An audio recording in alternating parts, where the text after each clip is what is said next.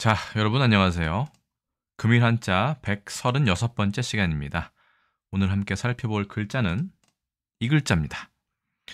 이 글자를 많이 보신 분은 없으실 거예요. 사실은 이 글자는 어떤 글자의 고자입니다. 네, 과연 어떤 글자일까요? 같이 보시죠. 이 글자의 경우는 배풀 진자입니다. 총 15획이고 배정 한자에는 포함되어 있지 않습니다. 칠복자와 배풀 진자로 이루어졌다 라고 볼 수 있겠네요. 사실 배풀 진자는 이 글자가 우리가 알고 있는 글자는 아니죠. 일단 한번 써보겠습니다. 하나, 둘, 셋, 넷, 다섯, 여섯, 일곱, 여덟, 아홉, 열, 열하나, 열둘, 열셋, 열넷, 열다섯 이렇게 되어 있죠. 칠복자 같은 경우는 뭐 이렇게 써도 되니까 이것을 이렇게 바꾸어 써도 괜찮을 것 같습니다. 다시 한번 써보겠습니다. 자, 우리는 왼쪽에 이것을 언덕 부자라고 얘기하죠. 하나, 둘, 셋. 보통 좌부방이라고도 얘기하고요. 자, 넷, 다섯, 여섯, 일곱, 여덟, 아홉, 열, 열하나, 열둘, 열셋, 열넷, 열다섯. 이 부분이 바로 칠복자의 변형이다. 이렇게 보시면 됩니다. 손에다가 어떤 막대기를 가지고 있죠. 자, 아까 말씀드린 바와 같이 우리에게 훨씬 익숙한 것은 이 글자입니다. 이 글자는 준 3급에 배정되어 있고 배풀 진 이렇게 되어 있네요. 여기 배풀다라고 할 때는 길게 발음하고 묵을진이라고 할 때는 단음인가 봐요. 총 11획으로 되어 있습니다. 보실까요? 자, 언덕 부자 왼쪽에 쓰고요. 하나, 둘, 셋, 동력 동자 쓰시면 됩니다. 넷, 다섯, 여섯, 일곱, 여덟, 아홉, 열, 열하나 이렇게요. 옆에 지금 칠복자가 하나 빠져 있죠? 하나, 둘, 셋, 넷, 다섯, 여섯, 일곱, 여덟, 아홉, 열, 열하나. 이 글자는 특이하게도 베풀다, 뭔가 풀어놓다, 그렇죠? 물건을 쫙 이렇게 지내려 놓다 라는 뜻도 있고요. 캐캐 묵었다의 뜻도 있습니다. 상당히 특이한 글자라고 볼 수 있는데 이 두 글자가 서로 같은 글자다라고 보시면 됩니다. 저는 개인적으로 이 글자가 왜 펼쳐놓는 뜻이 되는지 전혀 알 수가 없었습니다. 자원풀이를 봐도 이게 왜 물건을 쫙 이렇게 남들 볼 수 있게 풀어놓는 것인지 알 수 없었는데 본자가 혹시 이 글자가 아닐까라고 생각하면 훨씬 더 이해가 빠르게 되었습니다. 그래서 이 글자 선정하게 됐고요. 배풀 진자 설문해자에 들어있습니다. 보시면 정확하게 왼쪽에 언덕 부자가 보이고요. 이렇게 쓰기도 합니다. 이거를 이렇게 쓰기도 하고요. 결국은 언덕 부자는 요즘엔 이렇게 쓰죠. 지금은 이렇게 쓰고 있습니다만 어쨌든 그 다음에 동력 동자 보이고 여기 보이실지 모르겠지만 칠복자가 확실하게 보이고 있습니다. 자, 이걸로는 좀 부족하실 테니까 텍스트로 한번 보시죠. 텍스트로 변형을 할 때는 이렇게 되어 있습니다. 열야라 이렇게 되어 있습니다. 이게 열자입니다. 자, 이 글자도 상당히 재밌는데 이 벌릴 열자 있죠? 늘어놓을 열자 그것이다. 고자가 이렇게 생겼습니다. 뭔가 늘어놓은 뜻이 이런 걸로 됐은 모양이에요. 이건 나중에 설명을 다시 또 드리기로 하고 그 다음에 칠복자의 뜻을 따랐고 펼진자의 소리를 따른다. 그러니까 이 글자가 원래 있었고 이 글자도 있었던 것으로 보입니다. 근데 둘이 거의 같은 뜻이 된 거죠. 발음은 그렇죠? 직, 인, 절이다. 그러니까 발음은 진이다. 지금과 같네요. 한편 이 배풀 진자 우리가 알고 있는 이 글자 같은 경우도 설문해자에 이렇게 나와 있습니다. 그런데 글씨가 작으니까 조금 확대를 해보면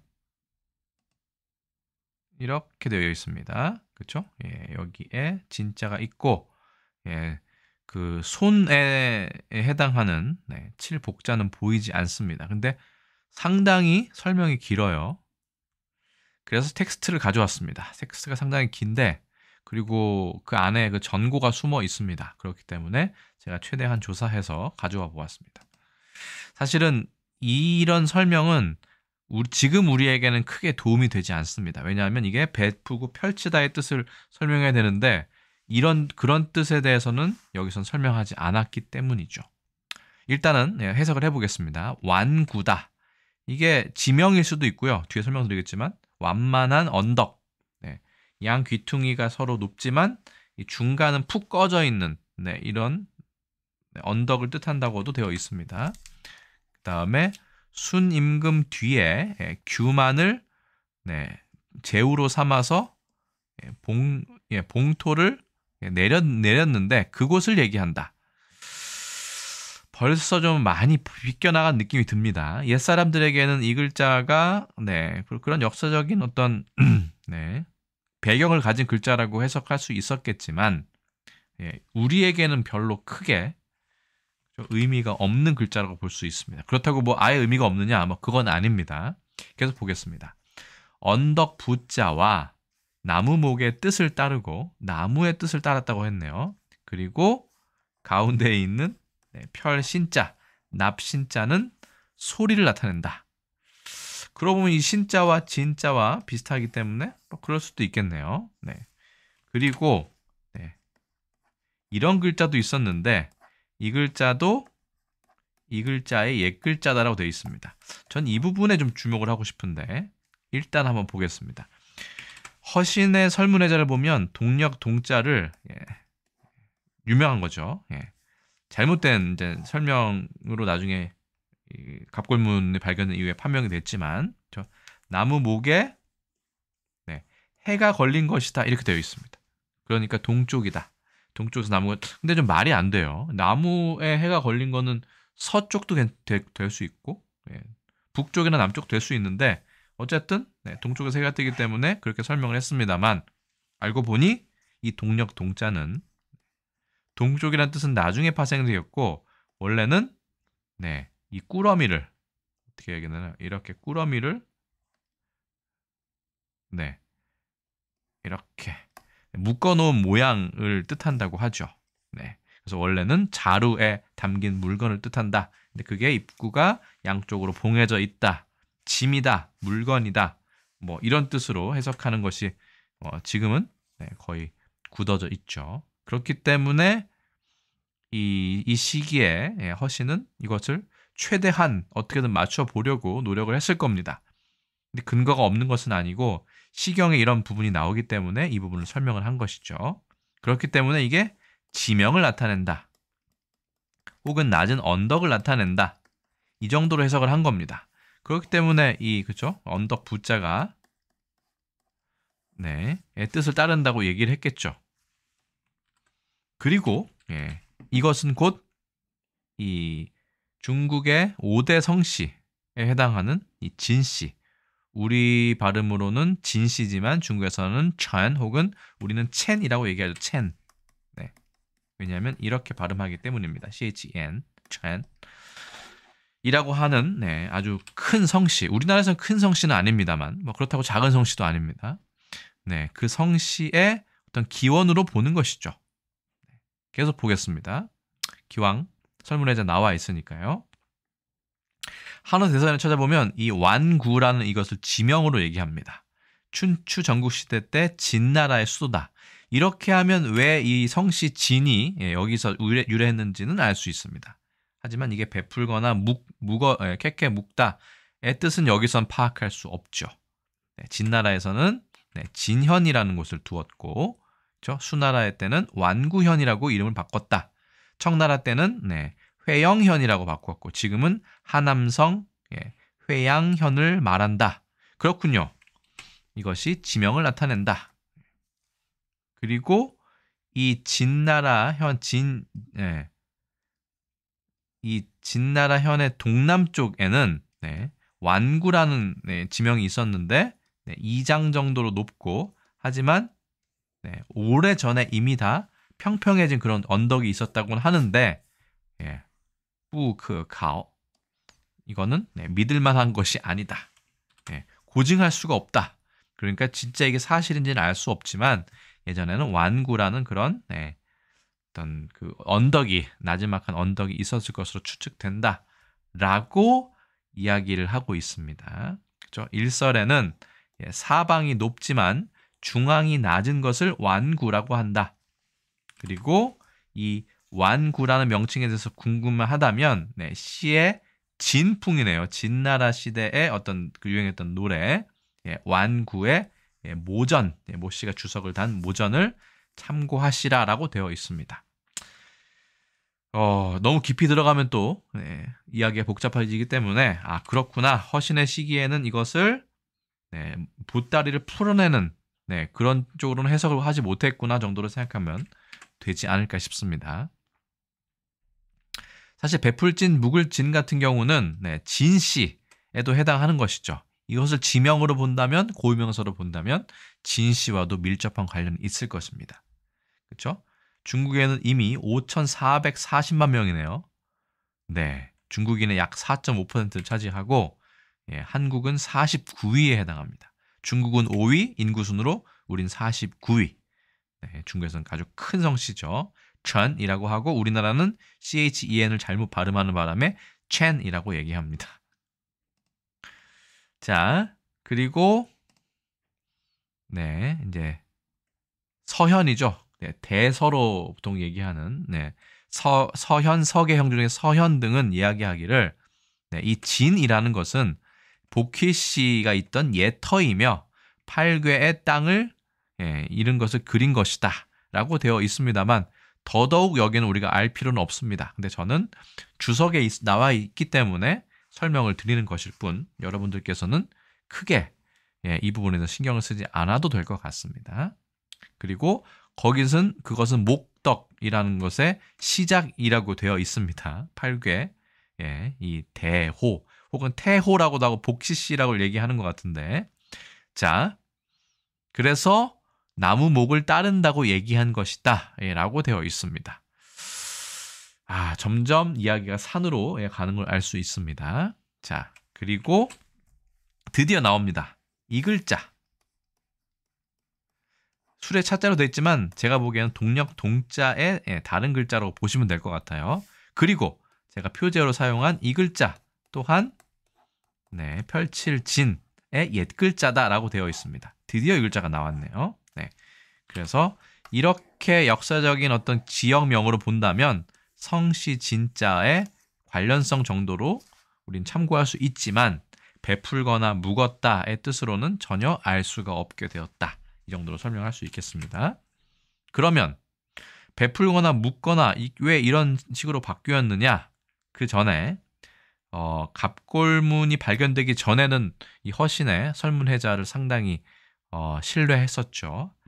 하지만 1800년 말, 1900년대 초반, 거의 1900년이라고 봐야죠. 때에 갑골문이 갑자기 발견되기 시작하면서 이 설문해자의 설명들이 과연 신빙성이 있느냐, 기댈 만하냐라는 논란이 있었고 지금은 어느 정도는 맞지만 지금으로서 갑골문이 발견된 지금 현재로서는 허신의 설문해자의 설명을 100% 믿을 수 없다. 이렇게 된 상태입니다. 예를 들어 갑골학의 권위자인 호후선, 중국어로는 후허우쉔이라고 하는데 이 사람 같은 경우는 1951년에 얘기한 거예요. 그러니까 갑골문이 발견된 지 50년 정도 된 거죠.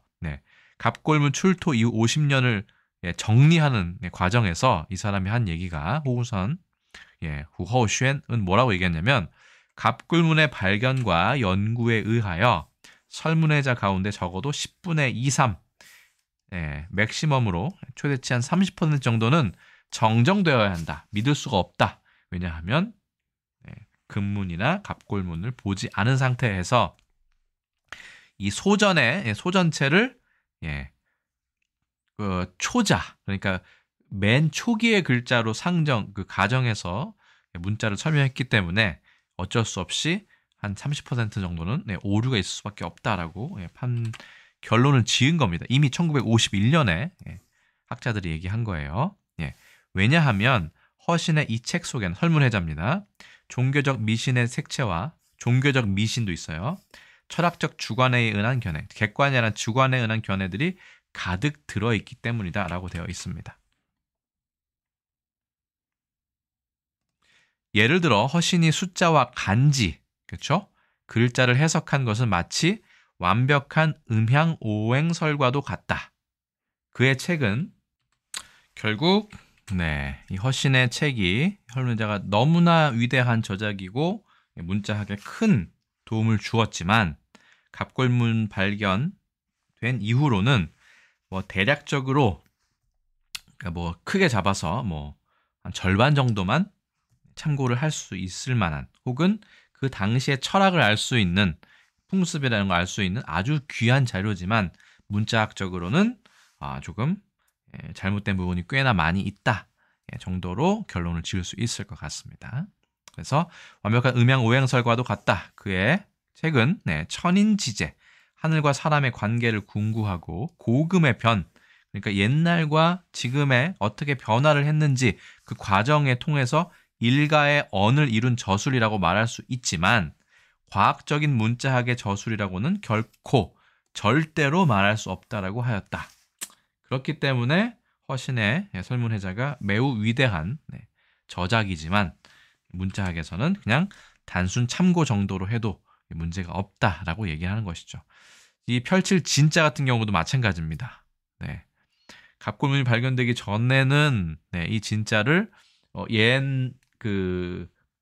진나라의 수도가 있던 땅으로 설명할 수 있겠지만 지금은 어떻게 되어 있느냐 한번 볼까요? 갑골문은 발견되지 않았고 금문을 보시면 이렇게 되어 있습니다. 베풀 진짜입니다. 언덕이 있고요. 이거는 그 짐이라고 말씀드렸죠. 짐을 이렇게 풀어놓는 겁니다. 근데 왜 언덕에 풀어놓느냐? 제 생각은 이렇습니다. 사람들이 많이 잘 볼 수 있게 여기에다 물건을 진열을 하는 것이죠. 자루 안에 든 거를 쫙 쏟아내는 거예요. 그러면 사람들이 잘 볼 수 있겠죠. 물론 아래쪽에 이렇게 해서 볼 수 있겠지만 이렇게 해야 사람들이 더 펼친 물건을 잘 볼 수 있겠죠. 그리고 설문해자의 소전체는 이렇게 되어 있습니다. 이게 언덕부라는 얘기예요. 이게 이제 짐이라는 거지만 허신은 그것을 알지 못했습니다. 그러면 제가 표제로 생각한 이거 왜 이게 베풀진이 됐느냐? 전 이렇게 생각합니다. 원래는 이 글자에다가 손이나 이런 도구를 든 이런 모습이 있었다고 생각해요. 왜냐하면 뭔가 그 매듭을 풀어서 이렇게 쫙 쏟아 놓으려면 손으로 열어야 되지 않습니까? 뭐 이거는 언덕이라고 생각하면 언덕 위에다가 물건을 이렇게 자루를 이렇게 묶인 것을 놓고 그렇죠? 손으로 얘를 풀어야 이제 매듭을 풀어놔야 여기에 이제 물건이 보이지 않겠습니까? 그렇기 때문에 원래는 이 글자가 더 맞을 것이다라고 개인적으로 생각하는 것이죠. 그래서 역시 갑골문은 없고 금문만 있습니다. 소전에는 역시 이 칠복자가 확실하게 나와 있죠. 여러분 어떻게 생각하시는지요? 그래서 저는 이 글자가 더 이해하기는 편하다. 손이 들어있기 때문에 라고 생각을 합니다만 지금은 이게 복잡해서였는지 이 글자가 가장 많이 쓰이는 베풀진, 묵을진으로 쓰여져 있다. 그럼 묵다라는 거는 왜 들어갔느냐? 개인적으로는 글쎄요. 전 묵을진자는 이 글자가 맞다고 생각합니다. 왜냐하면 이 보따리를 손으로 들어서 이렇게 풀어내면 그게 이제 썩거나 이러지 않지만 이것을 풀지 않고 그냥 이렇게 언덕 위에 놓아두기만 하면 이게 점점 시간이 지나면서 안에 있는 것들이 오래되거나 썩게 되겠죠. 사람들에게 이게 새로운 걸 이렇게 내보여야 하는데 그래서 이 손이 없기 때문에 이게 묵을 진자가 있었는데 개인적인 생각입니다. 이거는 그냥 참고만 해주세요. 손숫자가 사라지는 글자도 이렇게 되면서 두 개의 뜻이 다 오지 않았느냐라고 생각합니다. 여러분은 생각은 어떠십니까? 자, 이렇게 해석할 수도 있는 것이죠. 반드시 이게 맞다, 이게 틀리다 라는 그런 법은 없으니까요. 자, 그래서 베풀진, 묵을진자를 이제 중심으로 설명드릴 건데 물론 이게 이제 고자입니다만 동자는 어떻게 생겼는지 보겠습니다. 자, 보시면 재밌습니다. 이게 술의 차자 같은 경우는 동력 동자에 잘못되거나 비슷한 거라고 보시면 돼요. 비슷하게 생겼죠? 자루를 나타냅니다. 이쪽도 묶이고 이쪽도 묶인 이런 자루를 얘기한다고 보시면 되죠. 거기에 손을 넣으면 네, 이걸 풀게 되는 거죠. 네. 이것도 마찬가지입니다. 그죠? 그런 자루를 손으로 이렇게 손을 이용해서 풀다. 여기도 보세요. 요거도 보시면 이게 원래 진칠 진자거든요. 또 진법이다. 아니면 뭐 또 한때 한바탕의 진자인데 이 진짜도 보시면 엉뚱하게 그 뜬금없이 수레 차자가 왔어요. 물론 뭐 수레를 이렇게 군사적으로 배열해서 진을 칠 수도 있지만 네. 이게 만약에 그냥 베풀다 이렇게 펼쳐놓다의 뜻이면 그냥 이 글자나 이 글자나 같다는 것입니다. 방금도 수레 차자를 쓰면서 동력 동자와 거의 통한다라고 말씀드렸는데 그런 의미에서 보면 이 글자와 이 글자도 통하는 것이죠. 여러분 어떻게 어떠십니까? 네. 그리고 이런 것들도 있고요. 뭐 이것도 사실은 아까 화신이 얘기했죠. 이 글자도 옛날에 있었다. 이 글자와 또 이 글자가 통한다.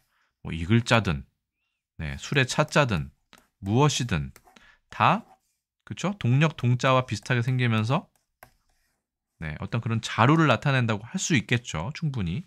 그런 거 보면 왜 이 글자가 갑자기 튀어나왔느냐 또 알 수 있을 것 같습니다. 이 글자도 보시면 이게 깃발, 예, 나부낀다의 뜻인데 이 글자와 또 뭐 할 수 있겠죠. 왜냐하면 이게 또 네, 깃발과 또 관련이 있기 때문이죠. 왼쪽에 있는 언덕 부자가. 그래서 깃발. 나부끼다고 할 때가 언자인가요? 잠깐만요. 이렇게 아마 깃발 나부끼를 언자일 겁니다. 기자에 들어가는 이 위쪽 부분이죠. 이렇게 해서 이 부분. 네. 그래도 깃발도 이제 관련이 있는 것이죠. 왜냐하면 이렇게 생기지 않았습니까? 깃발이. 네. 그래서 언덕 부자와도 통하기 때문에 이것도 뭐 전혀 이상한 건 아니고 이것도 마찬가지죠. 예. 갑자나 신자나 그렇죠? 차자나 아니면 동력 동자나 다 짐, 그렇죠? 양쪽 끝을 묶은 짐이라고 본다면 여기에 왜 갑자기 이런 글자가 나왔는지에 대해서 알 수 있습니다. 특히 이 글자도 재미있는데요. 나무 목자가 아니라 무언가 그렇죠? 손이 두 개 모여 있는 깍지 끼다 뭐 이런 뜻이 또 되겠죠. 그러면 그것을 손으로 이렇게 풀어 헤치고 있는 모습이라고 봐도 될 것 같습니다.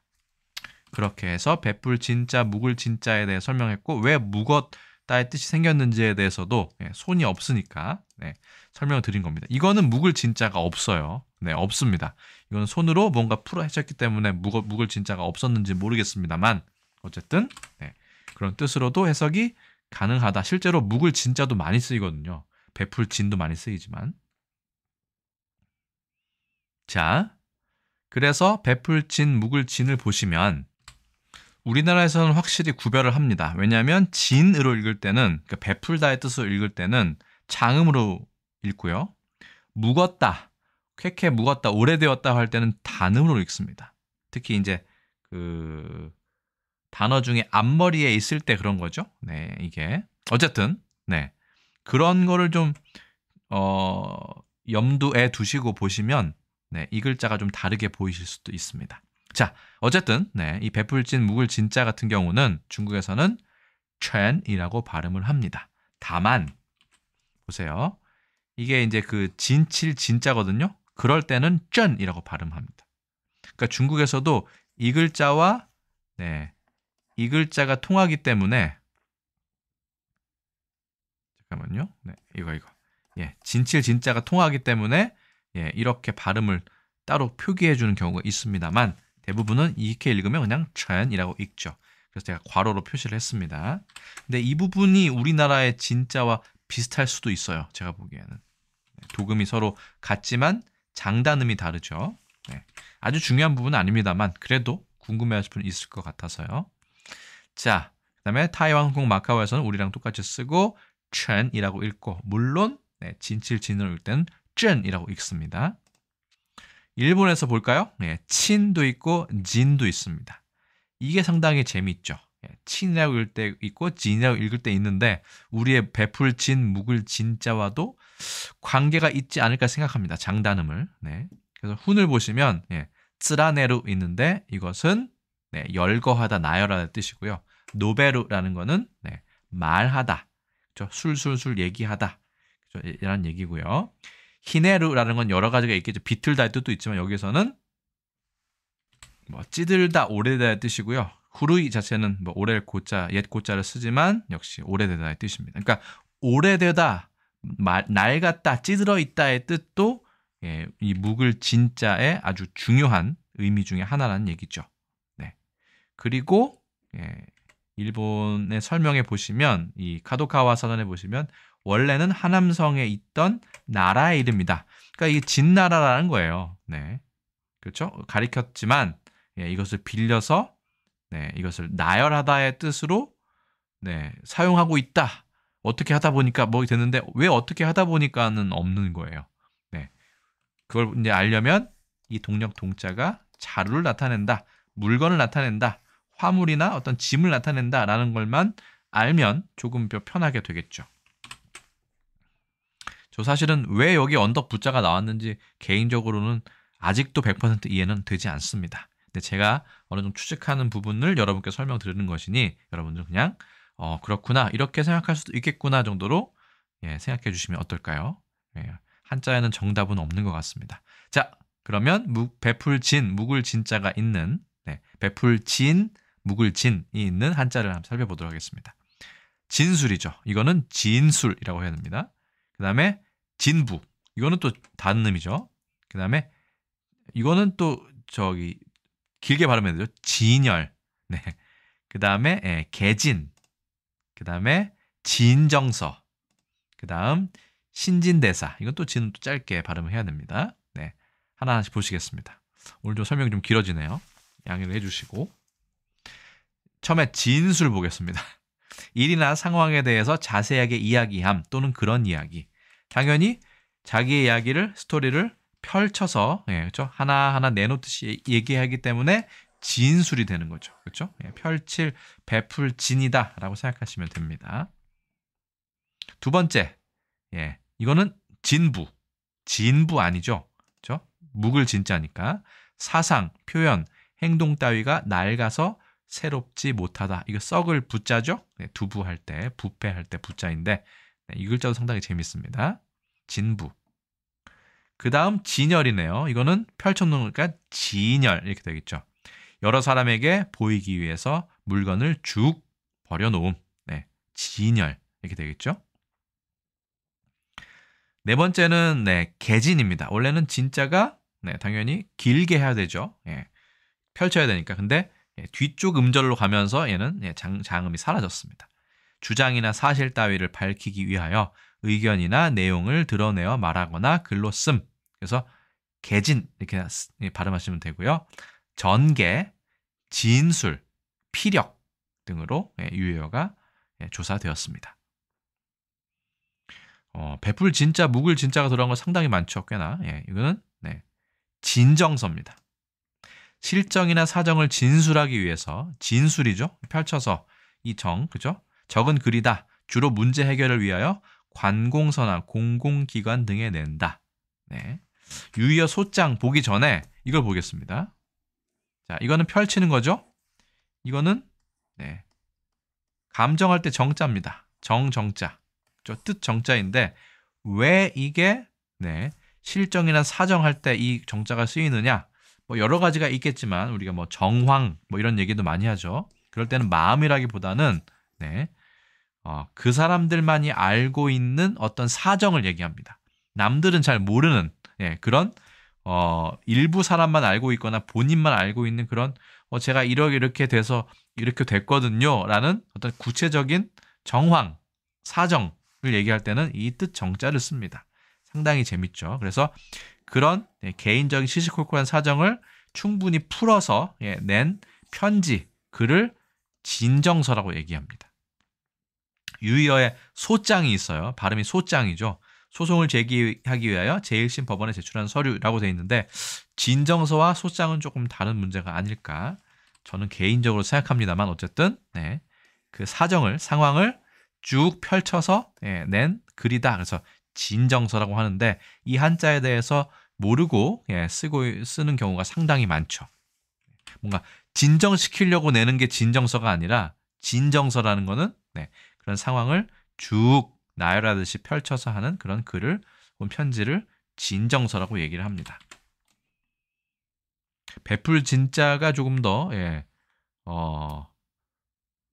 좀 더 가깝게 닿고 계신지 모르겠습니다. 예. 전 개인적으로는 이 글자를 보면서 이 칠복자가 없었기 때문에 이 글자를 좀 이해하기 어려운데 칠복자를 넣으면서 훨씬 더 이 글자가 좀 직관적으로 이해되기 시작했거든요. 여러분은 어떠신지 모르겠습니다. 그 다음 단어는 네 글자네요. 사음절에 신진대사입니다. 신진대사. 발음은 신진대사이고요. 생명 용어로 생물체가 몸 밖으로 섭취한 영양물질을 몸 안에서 분해하고 합성하여 생체 성분이나 생명 활동에 쓰는 물질이나 에너지를 생성하고, 중요한 게 이거예요. 필요하지 않은 물질을 몸 밖으로 내보내는 작용. 그냥 대사라고도 하고요. 물질 교환이라고 요즘은 얘기하는 것 같아요. 요즘 신진대사라고 얘기 안 하는 것 같습니다. 너무 어려운 말이고 일본에서 온 말이기 때문에 더더욱 그렇지 않나 생각이 들고요. 물질 교환, 물질 대사라는 말을 요즘 더 많이 쓰는 것 같습니다. 영어로 하자면 메타볼리즘이라고 얘기를 하는데, 이것은 그리스의 메타볼레에서 왔고, 이거는 change, 그러니까 변한다의 뜻이라고 합니다. 뭔가 바꾸다, 교환하다의 뜻이기 때문에 오히려 단순한데 이것을 일본에서 신진대사라고 얘기하면서, 예전엔 많이 썼지만 이게 무슨 뜻인지 모르고 쓰는 경우가 상당히 많죠. 그래서 신진대사를 일본어로 찾아보면 이렇게 되어 있습니다. 그렇죠? 오래된 것이, 그렇죠? 차례차례 없어지고 새로운 것이 그것과 교체되는 일. 오래된 것이 조금씩 없어지고 새로운 게 또 오래된 것을 대신하는 일이다. 그러니까 대신할 대가 쓰였겠죠. 특히 생체, 몸 안에서 필요한 생활 물질을 섭취하고 필요 없는 것은 배설되는 작용을 가리킨다라고 되어 있습니다. 신진대사. 그렇죠? 그래서 여기에서의 진자는 후르이 모노노, 그죠? 오래된 물건의 뜻으로, 오래된 것이라는 뜻. 우리 묵을 진자가 여기서 나오는 거죠. 묵을 진. 그다음에 신진은 새로운 것과 묵은 것을 일컫는다. 여기에서 대는 이제 대신한다는 뜻이고요. 서로 번갈아 가면서, 그렇죠? 이 사라는 거는 물리친다는 뜻이다. 그러니까 뭐라고 할까요? 사의를 표명한다 할 때 고맙다의 뜻 말고 내가 좀 이제 그만두겠다, 이제는 끝내겠다라는 뜻의 사가 있지 않습니까? 그러니까 그만둔다는 뜻이다. 이제 없앤다는 뜻이다. 그래서 대사는, 그렇죠? 차례차례로 새로운 물질이 나오고 오래된 물질은 교체되는 그런 말을 일컫는다라고 되어 있는데, 우리말 설명보다는 조금 더 직관적인 것 같습니다. 그러니까 새로운 것과 낡은 것이 교대로 하면서 서로 없어지는 것, 그렇죠? 아니면 새로운 것이 교대를 하고 오래된 것은 사라지는 것, 이런 걸로 보셔도 될 것 같아요. 구조를. 그러게 바로 신진대사다라고 볼 수 있습니다. 그래서 베풀진, 묵을진, 이렇게 준상구에 배정되어 있는데, 이것이 짐을 풀어내는 것이다. 그래서 진술, 진부, 진열, 개진, 진정서, 신진대사까지 이렇게 6가지 단어를 살펴보았습니다. 여러분 어떠셨는지요? 그래서 저는 금일한자 136번째는 물론 썸네일에 쓰려고 한 것도 있지만, 이 글자를 칠복자를 넣어서 쓴 본자 혹은 고자를 먼저 생각하시면 이게 왜 손으로 풀어 헤쳐서 사람들 앞에 쫙 잘 보이게 언덕 위에 펼쳐놓는 것인지 알 수 있을 것 같고, 그 다음에 칠복자가 없는 경우에는 이거는 이 자루를 오랫동안 거기에 그냥 기대어 두면 얘가 점점 찌들고 오래된다, 캐캐 묻게 된다, 묵는다 라는 뜻으로 오래됐다 라고 해석하는 것이 어떨까 하는 생각이 들었기 때문에 이 글자를 선정하였고 여러분께 설명을 드렸습니다. 거의 35분 가까이 됐네요. 그래서 금일 한자 136번째 시간에는 베풀진 혹은 펼칠진이라고 해도 될 것 같아요. 베풀진과 묵을진, 두 가지 뜻으로 해석이 되는 이 글자에 대해서 제가 살펴보았습니다.